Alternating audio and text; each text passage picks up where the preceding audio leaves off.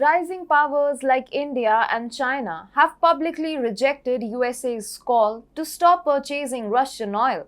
This is why US President Joe Biden is in a huff. Under his supervision, countries are openly criticizing the US and rejecting his diktats. The nation is now losing the title of superpower, but old habits die hard. The Democrats are used to taking nations for a ride and making them blindly follow their orders. Now the White House is forcing weaker African nations into accepting its diktats or face consequences. This is a tale of the US desperation in the aftermath of the Ukraine war. Hello and welcome to TFI Global, the foreign affairs and geopolitical analysis arm of the TFI Media Group. I'm your host Vedika, and if you haven't subscribed to the TFI Global channel yet, hit the subscribe button right away. The US Ambassador to the United Nations, Linda Thomas-Greenfield, has warned Africa to be prepared for the worst if it continues to harbor economic ties with Russia. Linda stresses that there are some red lines Africa should not cross. The United States is having grudges against the possibility of Russian oil arriving in Africa. According to Africa News, Linda said, countries can buy Russian agricultural products, including fertilizer and wheat. If a country decides to engage with Russia where there are sanctions, then they are breaking those sanctions. Africa could face consequences if they trade in US sanctioned commodities such as Russian oil. She furthermore added, "We caution countries not to break those sanctions, or else they stand the chance of having actions taken against them." Recently, Africa has become a hotbed of activities that Biden White House might deem alarming. More and more African nations have started to embrace Moscow's presence within the continent, setting the warning bells ringing in Washington.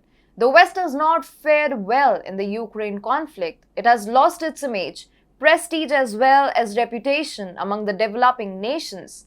Seeing this downfall, the Biden administration has now resorted to its bullying tactics. It is now issuing threats to weak nations in the African continent.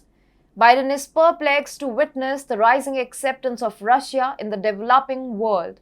Nations like China, the United Arab Emirates, and India have openly embraced Russian energy.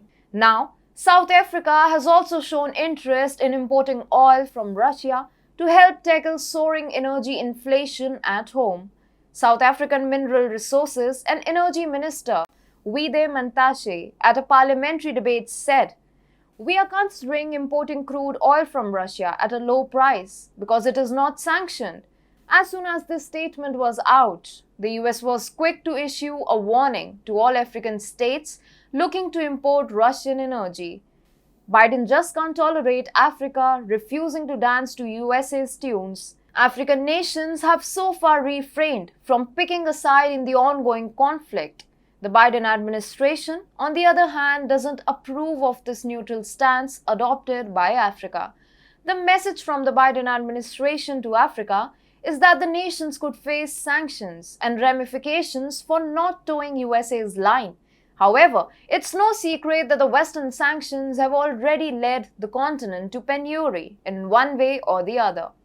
Due to West's nonsensical sanctions, food prices in Africa have risen considerably, which have been further exacerbated by droughts, violence, and the pandemic.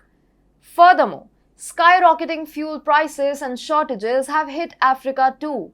So even if the US punishes African countries for buying Russian oil, it would hardly make any difference to their foreign policy towards Russia.